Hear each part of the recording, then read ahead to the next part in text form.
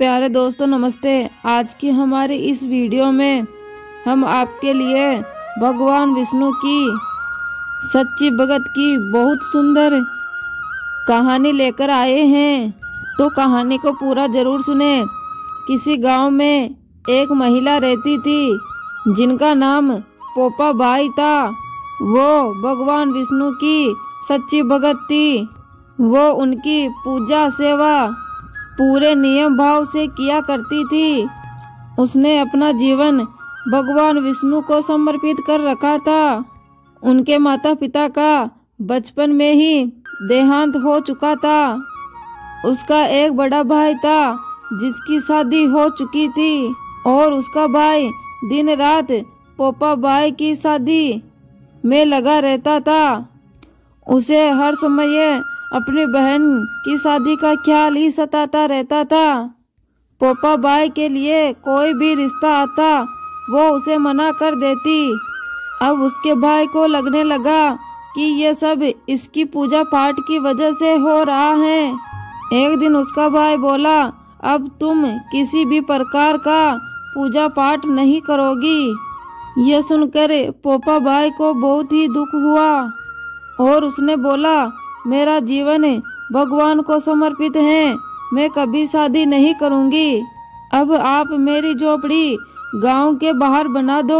अब मैं यहाँ एक पल भी नहीं रहूंगी और गांव के सभी लोगों को कह दो कि वो अपनी गाय बछड़ों को मेरे यहाँ घास चरने के लिए भेज दे। मैं पूरा दिन उनकी गाय बछड़ों का ध्यान रखूंगी और उनके घर बचा हुआ खाना मुझे दे दे। भाई ने उसे समझाने की बहुत ही कोशिश करी पर पोपा बाई नहीं मानी। अब वो अकेले ही गांव के बाहर झोपड़ी में रहने लगी और ज्यादा से ज्यादा समय भगवान की सेवा में बिताने लगी।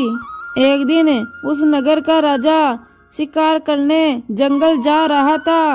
वो रास्ते में उस झोपड़ी को देखकर रुक गया। राजा को प्यास लगी थी। वो झोपड़ी में पानी पीने पहुंचा। झोपड़ी के पास जाकर उसने आवाज लगाई, कोई है, कोई है, लेकिन अंदर से कोई आवाज नहीं आई। राजा लगातार आवाज लगाता रहा। अंदर से पोपा बाई बोली, कौन है? तो राजा उसकी मधुर आवाज पर मोहित हो गया और सोचने लगा, इतनी मधुर आवाज वाली खुद कितनी सुंदर होगी। राजा के मन में पाप आ गया और बोला, मैं यहाँ का राजा हूँ, मैं तुम्हारे साथ विवाह करूँगा।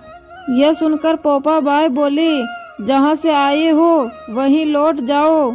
मैं किसी भी पराये पुरुष का मुख भी नहीं देखती और शादी करना तो दूर की बात है। यह सुनकर राजा और भी प्रसन्न हो गया और पोपा बाई को जबरदस्ती अपने महल ले गया। पोपा बाई ने राजा को श्राप दिया कि तुम्हारा राजपाट सब नष्ट हो जाएगा।